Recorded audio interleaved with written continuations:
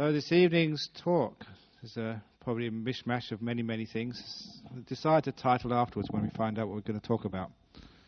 But a couple of people have been asking me this question the last week, and this is going to be the start of the talk. I'm not quite sure how it's going to work out in the middle and the end. They're asking me about is Buddhism a religion or not? It's such a common question. I thought I'd just answer it as I usually answer most people, to say that that Buddhism is regarded as a religion, one of the major world religions these days. It's different than many other religions, but what it's actually doing is actually succeeding in changing the meaning of the word religion and actually giving religion a good name. Because in the past, that people have associated with religion with dogmatic beliefs, with actually adherence to a hierarchy of being told what to believe, being told what to do, and also with wars and sort of fundamentalism and terrorism. And of course, that those of you who've been here a long time that know that there's no terrorists in the Buddhist Society of Western Australia, and that we're far from fundamentalists. And there's also the hierarchy is not really there, because instead of a hierarchy, there's a heartarchy. In other words, that the final authority is not myself or some other book or teacher, but the final authority in Buddhism has always been your heart, your own understanding, your inner knowledge. And very often I've described the old forms of religion, old forms of Christianity and Islam and other such religions, compared it with Buddhism. In that story of when I was 30 years ago, when I was traveling in India and was going up to Kashmir and overland. And in those days the roads were very narrow, only single lane dirt roads going through the mountains. And the driver of the bus in which I was on was a Muslim. And every time that he went speeding around these blind corners with a cliff on one side and a ravine on the other side, it was very, very dangerous. And every time we asked him to slow down, he always would say, if it's Allah's will we go over, it's Allah's will. I said, thank you very much, we're not Muslims. And after that experience, we survived, thank goodness. So it's obviously Allah's will that I became a Buddhist and was managed to teach. And these days, what we actually say, that one of the major differences is, if that bus did go over, the Muslims would say it was Allah's will. The Christians would say it was God's will. As Buddhists, we would say it was a bad driver. And I think most Christians and most Muslims will now agree with that. The responsibility is with you. We don't go around blaming other beings. We don't go around blaming our teachers. We don't go around blaming anything. If we have had a bad meditation, we don't blame the people who coughed. It's not their fault, it's your fault. Got an email from somebody who was raped when she was 5 years old. If you're suffering, it's not the person who raped you's fault. Now that's a hard one, isn't it? But this is actually Buddhism. Putting the responsibility right back on yourself and not blaming others. One of the favourite teachings of Ajahn Chah. Very simple, but be careful with the most simple teachings. They can be the most profound. And you can use that one teaching to get you all the way to enlightenment. Throughout your whole life, solve all your problems. Every problem you can solve by this one simple teaching. There's a teaching about complaining. Complaining about what happens to you in life.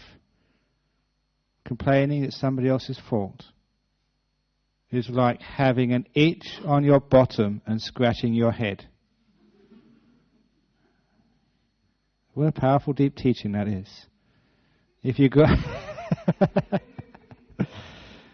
if you got an itch on your bum and you scratch your head, does the itch go away? Of course it doesn't. It's so obvious.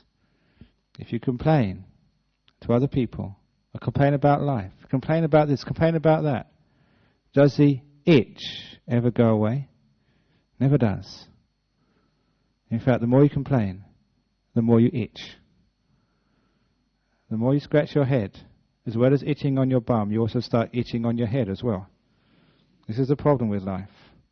We create more suffering than we need to. So as Ajahn Chah's great teaching, if you've got an itch on your bum, that's the place to scratch. Nowhere else. The itch, the unhappiness, the suffering, the pain of our lives, if that's inside of us, that's where we've got to do the scratching. No, not somewhere else. So Buddhism is a religion, yeah, but it's changing the meaning of religion. It's giving the responsibility squarely on oneself. That one's own happiness and one's pain does not rely upon other people. And it's a great teaching of Buddhism. It actually gives like hope, an opportunity, no matter what has happened to you in your life. You can still be fully enlightened. You can still be free. You can still be happy. You can still be at peace, no matter what has happened to you in the past. Now the way to actually achieve that, we have all this beautiful Buddhist psychology, a Buddhist understanding of the mind. As I was saying last week, the mind is a forerunner of all things. Your mind is the forerunner of all things. So you don't need to go around looking to change other people's minds, to change the whole world. The mind is the forerunner. Your mind is in control, full control of your happiness and suffering. That's why you can become enlightened, no matter what's happened to you. Some monks come up to me and say, oh, well, yeah, maybe it's all right for Ajahn Brahm. Maybe he was born sort of with a bald head. Maybe he came out of his mother's womb in full lotus position. But I didn't.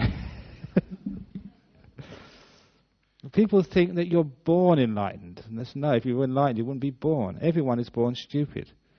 That's why I have to come back here. No one in their right mind would get born again. Would you want to be born again? Would you really want to be in nappies again? Would you want to, all those of you who think you've done with school, do you want to go back to school again? And go through all this all over again? Haven't you had enough yet? You know, one of those famous stories, the people actually, kids who were speaking when they were born. I have this 2 or 3 examples which people have told me their children, when they were born, 1 or 2 weeks spoke. And the best one was reported in the United States, in a maternity ward, when a baby came out of the mother's womb and in front of the doctors and nurses spoke clearly. And the words it said were, "Oh no, not again."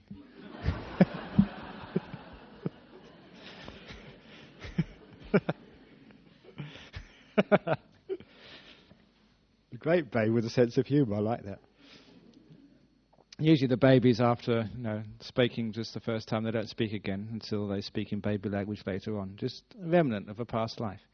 But anyway, sort of going back to sort of being responsible for our happiness.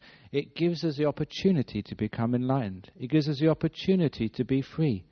If our freedom, if our happiness was dependent upon others, if it was dependent upon good luck, good fortune, being wealthy, being brilliant, being beautiful, being talented, if it was dependent upon that, then most of you think, I've had it. I'm old, I'm ugly, I'm stupid, I'm not really talented, I'm not wealthy, certainly not wealthy. So, poor me. But the point is that no matter what's happened to you in your life, no matter how you were born, where you were born, what race, what gender, sexual orientation, whatever, everyone can become enlightened. Everyone can become free. Because it's your mind is the forerunner, the chief. It doesn't depend upon other people. And that's why that sometimes we use extreme examples of people who had terrible life, terrible history, who have been the victims of sexual abuse when they're very young, who have been the victims of poverty, who have been the victims of violence, who have been the victims of deaths in the family, tragedies in their life. And we use these as examples of how, even though terrible things has happened, they can still be free and happy. Because a few people sent me emails on such things. How can we be happy when they can't sleep at night because their mother died of breast cancer? How can I be happy when I meditate and record all these terrible things which happened to me as a child, being sexually abused? How can I be free and happy again? This is how. Well, Buddhism says that first of all, your mind is the forerunner of all things. That's where you look at the problem. You don't try and solve the problem by seeking revenge, getting your own back, punishing the person you think has caused you pain. That's scratching in the wrong place. Let them be dealt with by their karma. Again, in all religions, if you're a Christian, you think that God will settle things after they die. God will settle a matter when they sort of go up to heaven or hell or wherever. If you're a Muslim, the same, that Allah will look after things. You don't need to punish them. And if you don't believe in if you believe in Buddhism, you say that karma will deal with it. In the next life, they'll have to suffer the consequences of their ill actions. You don't need to punish them. And if you don't believe in any religion, at least you believe in psychology. Wow, for what they've done, they're going to have to be in therapy for lifetimes. Well, whatever, we know there's consequences of our deeds, and there's consequences of other people's deeds. So that's, first of all, no need to try and punish the person who's hurt you. That is scratching in the wrong place. So you scratch in your own place. You start to look, say, okay, this has happened to me. One of the first things which we do is, and I mentioned this actually in a talk I gave 2 or 3 weeks ago about obsessions. We actually focus on the rotten thing which happens to us to the exclusion of everything else, so it completely fills our mind every moment of the day. The death of our son, the death of our mother, what happened to me when I was young, that's all we ever see. Is the simile of the hand being right in front of your eyes, so close to your eyes you can't see anything else in the whole world. For those of you who ever listen to this on the internet or on tape, I've got my hand right over my eyes. In this hall there's maybe 300 people. I can't see any of you. All I can see is my hand. This is what happens to us when we get obsessed with something in our life. Something which has happened to us. Some terrible tragedy which has happened.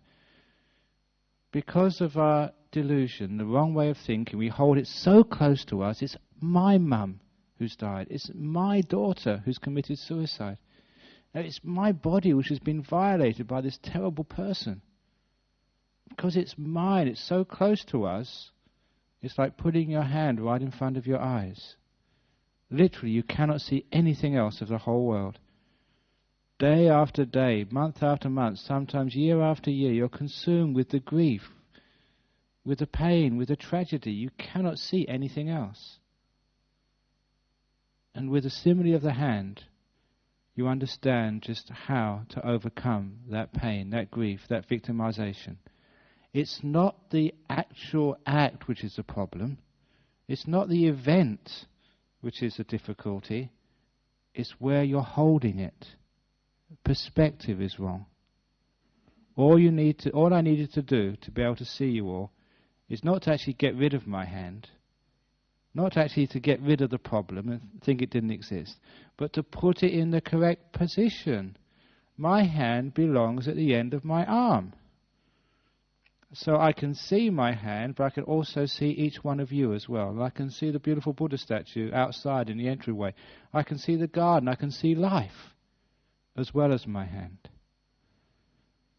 When we see the sexual abuse when we were young, and all the other things which happened as well, when we see the death of our mother, and all the other happy moments we've had as well, if we see the cancer in our body, and all the wonderful other things which lie in front of us, which lay behind us, which are happening now, when we see the whole thing in perspective, we put it in perspective, then we find that we can cope, tolerate, learn, grow, and even be happy in spite of what's happened.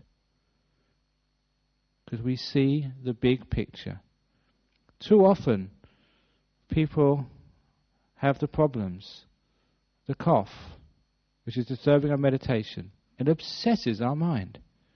And people actually sometimes complain afterwards, Ajahn Brahm, can we get that camera to screen everyone before they come in here so no one with coughs is allowed in?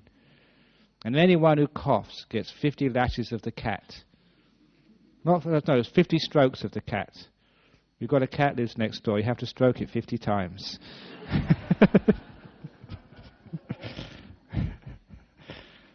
That's a Buddhist punishment. Can we do that? And of course not. The point is that, okay, so some people coughed. How many moments did people not cough? And that's the most important thing. Put it in perspective. The time you had a tragedy, how many moments wasn't there a tragedy in your life? When you put things in perspective, it gives the full picture of your life. It gives a full picture of the world. You find, tragedies do happen, but happiness happens in between as well. When we focus on the whole picture, then we find out, hey, it's not so bad. It's not so good either. It's just life. Welcome to life. This is what happens. What do you expect of life? The thing is that when we only see the faults, we just can't tolerate it. It's just too bad. When we see the good things, and only see the good things, we're just being stupid. When we see the full picture, there's the good and the bad, and they side by side. We can tolerate and we can learn. This is again the thing with Buddhist psychology. We actually use the problems of life as learning experiences to free our mind. We learn from all of the pain and trouble of our lives. These things, whenever there's suffering in life, whenever there is a tragedy, whenever you have been raped, abused, mistreated, cheated, really badly, real great pain. In Buddhism, we always call them growing pains.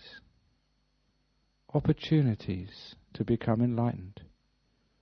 Opportunities to learn, to let go, and to realize that there's two sufferings in life. First suffering is physical suffering. The second suffering is mental suffering. And of those two, physical suffering is so small, the mental suffering is the important one. Physical suffering you've got little control about. It's life. You get coughs, you get colds, you get sicknesses, you get cancers. You do die. It's part of life. Welcome to our life. But the mental part, you have got some control there. And that control is learning how to let go and accept. And you find that when you let go and accept, you can be so peaceful, so happy, and have some of your best meditations when people are coughing. I had a wonderful meditation, and thank you for all those people who coughed, because they reminded me that you can't control. You have to let go. And that's the way to peace, and that's the way to freedom, that's the way to happiness. I remember my teacher, Ajahn Chah, had one of the greatest meditation experiences of his life when there was a big festival in the nearby village. And years ago, when they had these festivals, they got generators which made enough noise, but those generators were there to power speakers. And those speakers were there to broadcast this music for kilometers around. And it was so noisy. And it was during one of those ceremonies, or those festivals in the village, that he had one of his deepest meditations. In the noisiest of situations, he couldn't stop the noise, so he let go of the noise. Not the noise outside, but the noise inside. I don't want this. I don't need this. Can't we get a quieter monastery? Can't we sort of get individual meditation cubicles, air-conditioned, where you can actually control the temperature, so you can just get just nice? That is what we call the stream of the world, of wanting, controlling, getting it just nice, getting it just perfect. I call it the stream of the world, but I also called it, I gave a meditation retreat, and I made a slip of the tongue.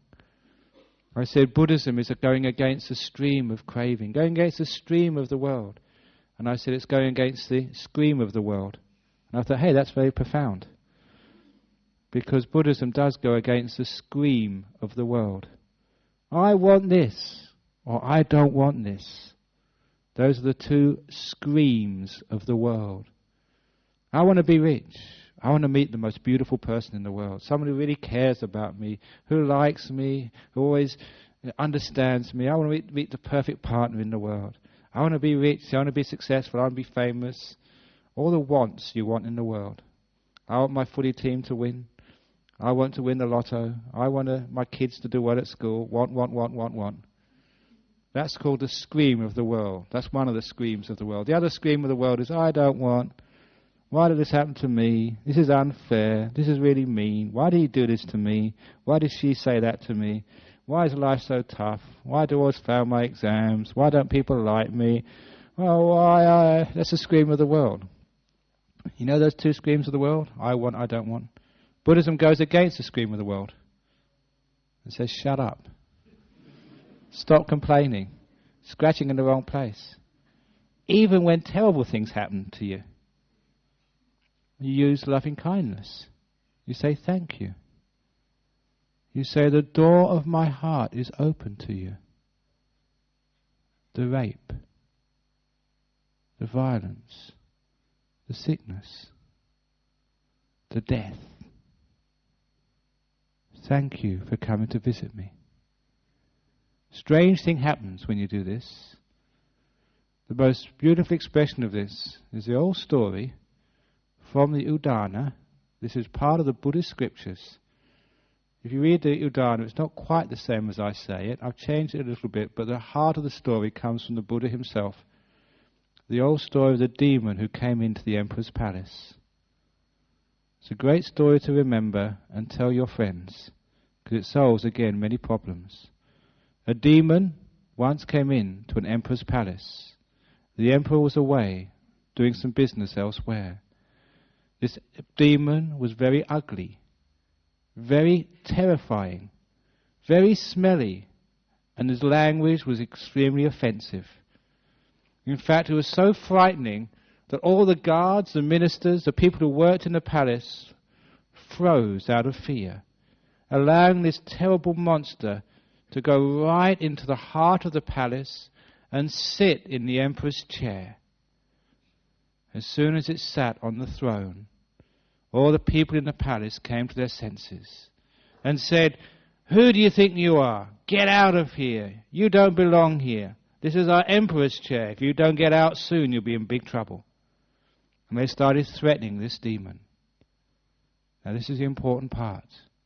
Every unkind word, every unkind deed, even every unkind thought, that demon grew an inch bigger, more ugly, more smelly, and the language got worse.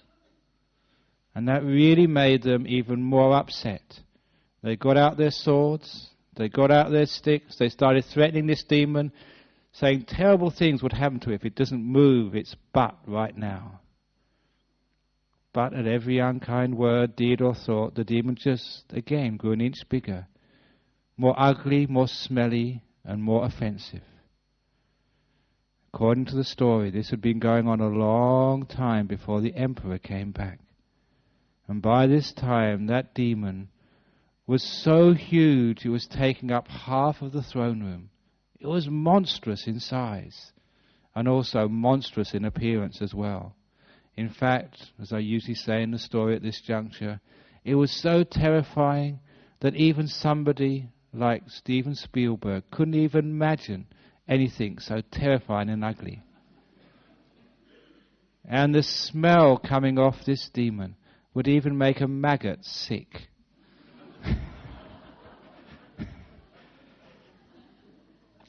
And the language would be worse than you'd hear on the terraces of a footy match on a Saturday afternoon when everyone was drunk. It was terrible. And at that point the emperor came back. Now the reason this was the emperor was because he was smart. He was clever, he was wise, he knew exactly what to do as soon as he saw this terrifying demon sitting in his chair. He said, "Welcome." "Oh, demon, thank you for coming to visit me. Why has it taken so long for you to come? Are you comfortable in that chair? Do you want some more cushions? Has anyone got anything for you to eat yet or drink? Thank you for visiting me." And those few kind words and kind thoughts, that demon grew an inch smaller, less ugly, less offensive, less smelly. And at that, all the people in the palace knew their mistake and knew exactly what to do.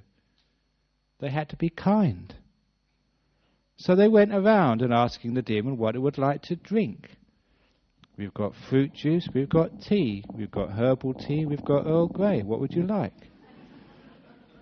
Would you like some sandwiches? Seeing as you're a monster, we've got some deviled ham. Or are you a vegetarian? Would you like a pizza? We've got monster size we can get out for you." Somebody gave him a foot massage. You know, reflexology, it really relaxes you and makes you feel good. And the monster actually said, "Well, can you massage my back?" Because the scales were very, very sore with such a big head on the terrifying monster. So someone gave him a massage. And every kind act, kind word, kind deed, that demon just grew an inch smaller, less ugly, less offensive, less smelly. And it didn't take long, with all this kindness. In fact, even before the pizza boy came back with his delivery, the demon was back to the original size when he came in. But did they stop? No. They kept on with the kindness until that demon got so tiny, so infinitesimally small, the one more act of kindness, and that demon vanished completely away. That's how they got rid of the demon. And when the Buddha told that story, he said, we call those things anger-eating demons. What a beautiful concept, an anger-eating demon. The more anger it receives, the more bigger and more monstrous it becomes. The more ugly, the more smelly, and the worse the language comes from it, the harder it is to endure. Can you recognize anger-eating demons in your life? Your husband? Your wife? The more anger you give them, the uglier they get, the worse their language becomes. The boss at work? Cancers? They're anger-eating demons. They live on tension, ill will, anger. Get out of here.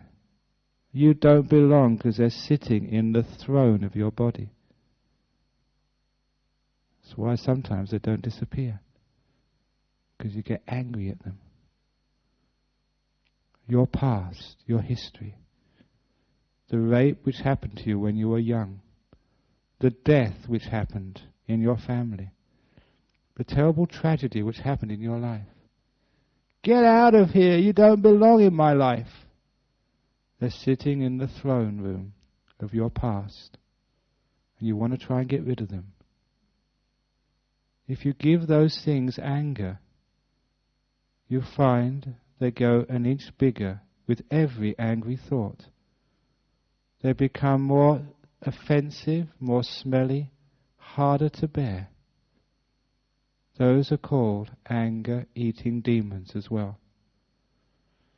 It takes incredible amounts of guts and courage, but it's the only way to say to your past, no matter what happened, including the rape, including the violence and abuse, including the death of a loved one, and say, welcome. I welcome you into my life. I'm not trying to get rid of you. I can't get rid of you. This is a past, an event which has happened. The more you try and get rid of it, the more it grows as a big problem.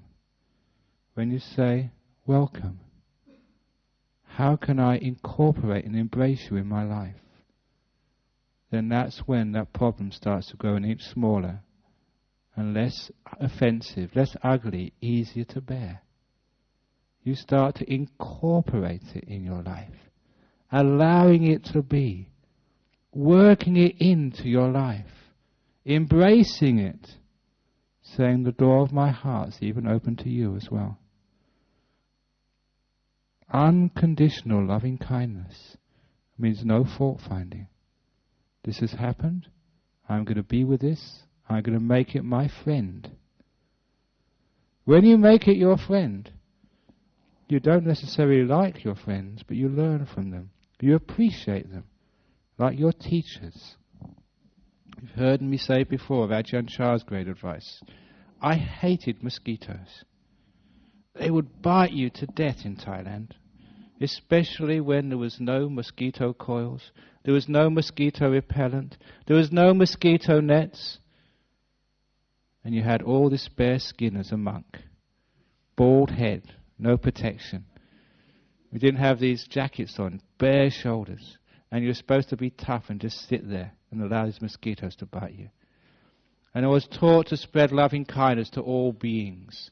We used to chant every evening, may all beings be happy and well, but that's not what I said. I said, may all beings be happy and well, except mosquitoes. I could spread loving kindness to other people, but not to them. Just like some people here, they can do loving kindness to everybody except their wife. Or everybody except their husband. Especially everyone except their ex. May all beings happy and well, but not my ex, not what they've done to me. But that's not loving kindness. It has to be the door of my heart's home to every being. Mosquitoes, even though they're biting you. Unconditional loving kindness.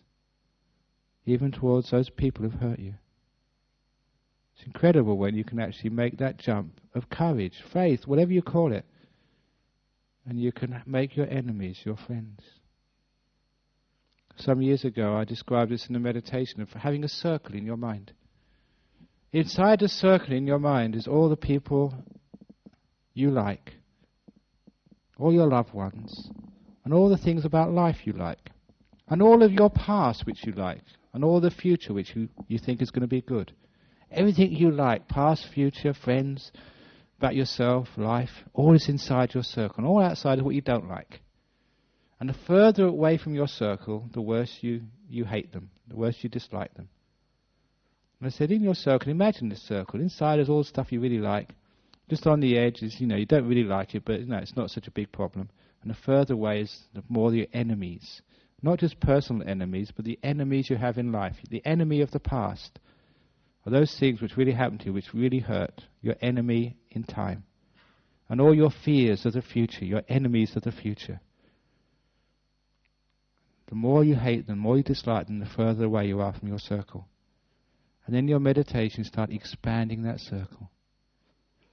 Imagining it enlarging until it starts to incorporate all the things which you don't really dislike, you don't really like, which is sort of in the middle. Incorporate them into what you like, what you accept, what you embrace. And expand the circle even further until you start embracing those people you don't really like at all. You dislike them, but not all that much.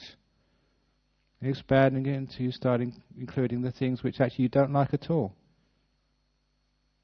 And expanding it until you get to the things you really hate.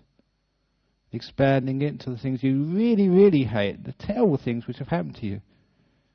When you expand it all until that circle gets so big you can't see its edges, until it includes and embraces the whole of your past, the whole of your future, the whole of life, the whole of the universe, you allow it to come into the circle of your heart. Loving kindness.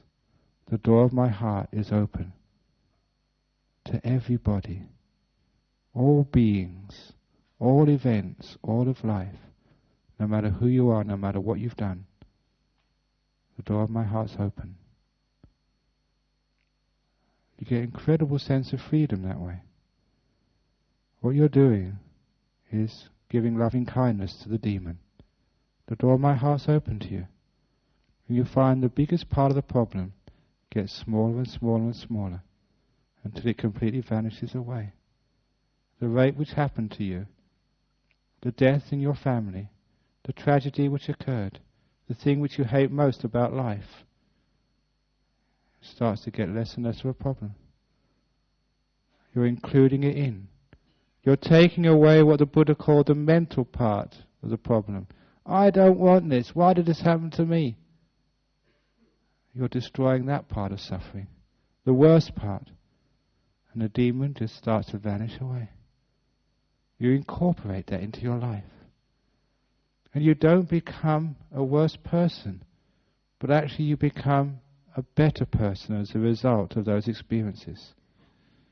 You may find this hard to believe, but actually you become enriched by experiences which other people think have just been so terrible. You become enriched spiritually. What we call it in Buddhism is like dung. Offensive, smelly, terrible stuff. As soon as you get any dung, let's call it straight, shit on your hands. You want to wash it off straight away. But that dung, that manure, is great fertilizer. You dig it into your garden and you get beautiful flowers and trees. That's why those experiences in your early life or this life or whatever, when you learn how to enrich or dig them in to your wisdom, to your compassion, to your understanding, to you, dig them in, don't throw it away. It's great fertilizer. It's smelly, it hurts, it's a terrible thing to endure. We all know that. But you dig that stuff in, really dig it in, and I can guarantee you're going to get some flowers. You're going to get some fruit. And your fruit will be much sweeter than those people who didn't have those problems. Those flowers are going to be really fragrant because of what you've endured. And the fruit is so sweet. Not only did you give it to the monks and the nuns, I hope, the Dharma, you give it to all your friends, and they really enjoy it. Your flowers not only go on the great shrines of the world, their fragrance is smelt by all your neighbours. They also enjoy what you've achieved. What you've done is not just for you, it's for the happiness and well-being of other people as well. When you've dug those experiences into your life, when you've been raped, understood, forgiven, let go, gone on, you can really give to other people. You can give compassion, wisdom. You can give a way out to these terrible problems and suffering which people feel. When you've gone through grief, terrible grief, and you've understood the way out, you've done there, you've been there, you've walked the distance, and you've come out with understanding, with freedom, understanding life, love, kindness. Imagine what you can give to other people. Those are the fruits, those are the flowers of your life, the spiritual gifts of wisdom which can let go, compassion which is so strong it can love even the most unlovable events of your life, and freedom which is not when you get what you want, but freedom no matter what happens. Real freedom.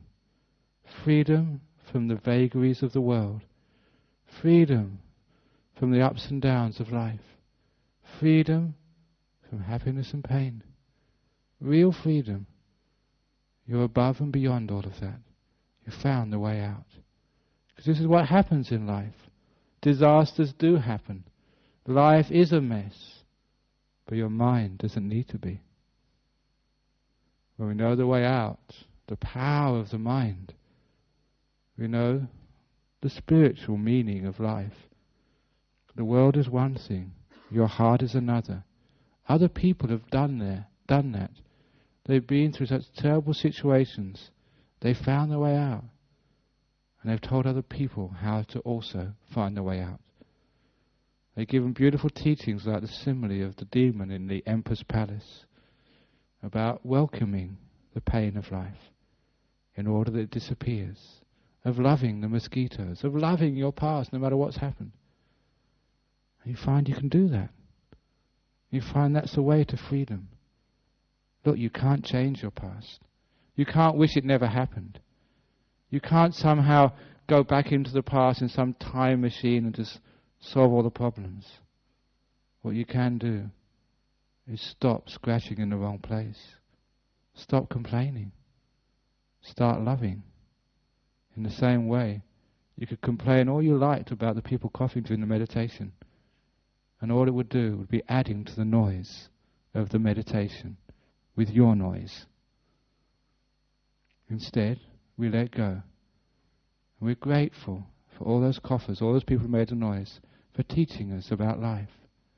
The door of my heart is open to you all. That's why I can be at peace. You're allowed to cough. You're allowed to die. Life is allowed to go wrong. When I allow it to go wrong, it always goes right.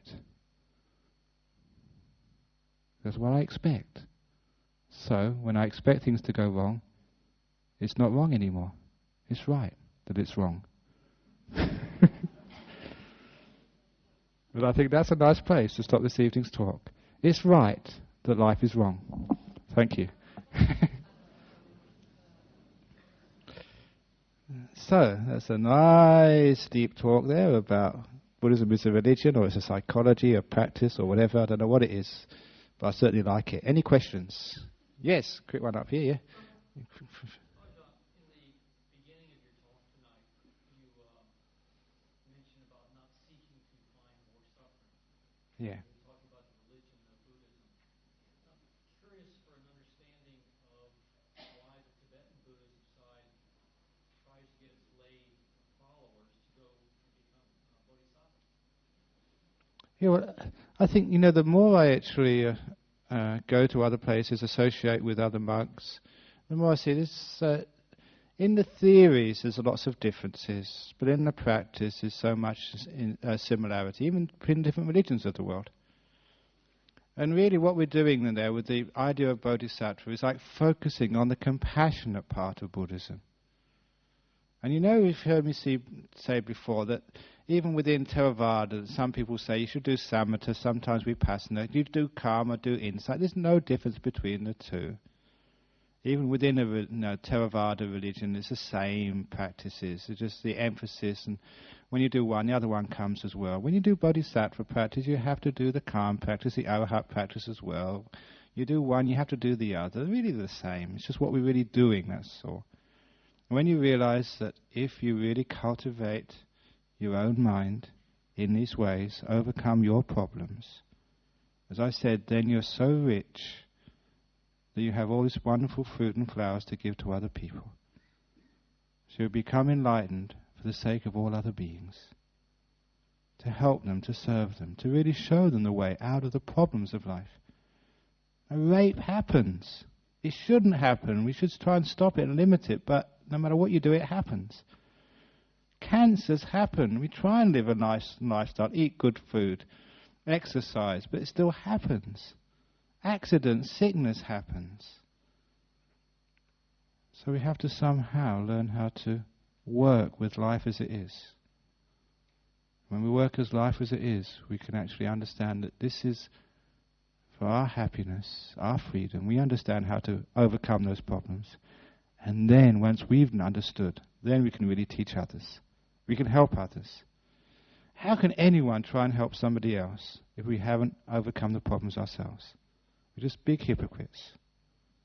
One of my favorite stories about Mahatma Gandhi, when he was studying law in London, and this was in his biography. Even in those days, he was a very impressive person. The landlady, where he was staying, came up to him one day and said, "Sir, Mr. Gandhi, my son is eating too much sugar. He doesn't listen to me, but for some reason he respects you. Don't know why, but can you tell him not to eat so much sugar?" And he said, "Certainly, madam, I will tell him." The days went by. 2 weeks later, the landlady came up to him again and said, "Mr. Gandhi, I'm surprised at you. You're usually so honest and so straightforward. Don't you remember that 2 weeks ago I asked you to take my son aside and tell him not to eat so much sugar? And you haven't done so. Why not?" He said, "I'm sorry, ma'am, but I have told him, but only this morning." "Why did you wait so long to tell my son not to take sugar?" "Because, madam," said Gandhi, Only yesterday I gave up eating sugar. And such was the strength of that person, he would never tell anyone not to do what he was doing himself. He had to give up the sugar first, before he felt he had the right to tell someone else not to take it. That's why he was such a strong and influential person. If you're going to be kind and help other people, you have to done it to yourself first. One of the reasons why we can't be kind to others, why we find we do get angry at others, is because we haven't been kind to ourselves. We haven't shown ourselves kindness. That's why we find it impossible to be kind to others. We only play at it, but it's not real.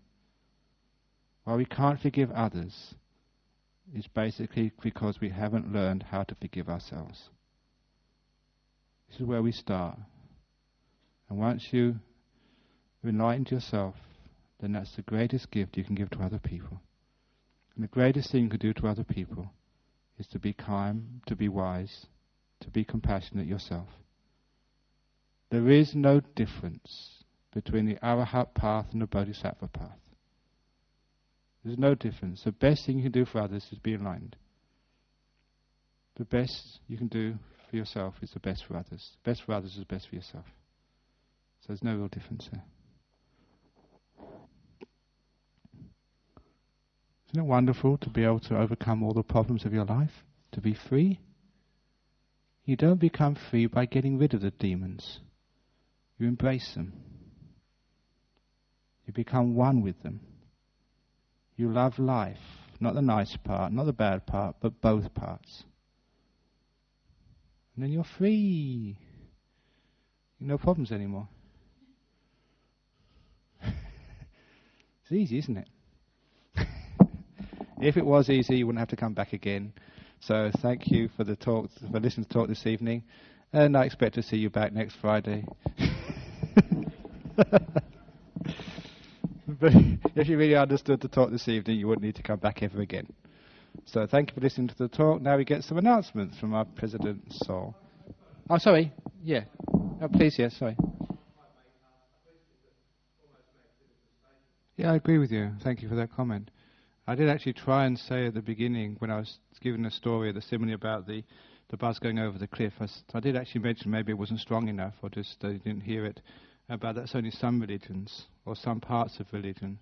And again, that many parts of what I'd call like modern Christianity and modern Islam sort of, don't go towards that blaming other people, but take more responsibility for themselves. And it's a very good sort of symbolism of going through a terrible experience, and a resurrection is actually coming from oneself, not coming from another being, transforming, understanding what the problem, and transforming the demon into your best friend. And that sort of transformation is where freedom comes from. And it doesn't depend upon a religion, because I started off with, like, the religious idea is an authority of somebody else. The authority is yourself, your experience, your heart. And it doesn't really matter, what gender you are, what race you are, what sexual orientation you are, or what religion you are, what you ascribe to. The human heart, whether you're a Christian, a Muslim, a Buddhist, or no believer, whatever, is the same. Whether you're a woman or a man. Okay, they say men are from Mars, women are from Venus, but the mind is from the same place. It's just the icing on the cake is from different bakeries. But what's actually underneath all that icing? Just, the human heart is exactly the same. It doesn't matter what religion or race. That's why when you talk to the heart, you actually transcend all of the differences between human beings, and even the difference between animals and other beings as well. Call that heart, the mind, the chitta, the essence of a person. And that's why you do get beautiful similes from different religions, different cultures, which you can always embrace and actually put all together. So I really apologize if you thought I was putting down other religions, but I do put down other parts of religion, including other parts of Buddhism as well, which are dogmatic, which are always like holier than thou, which are always like telling you what to believe, rather than encouraging you to find out for yourself. So thank you for asking that question, a very nice question. And I apologize if I was offensive, because that wasn't my intention at all.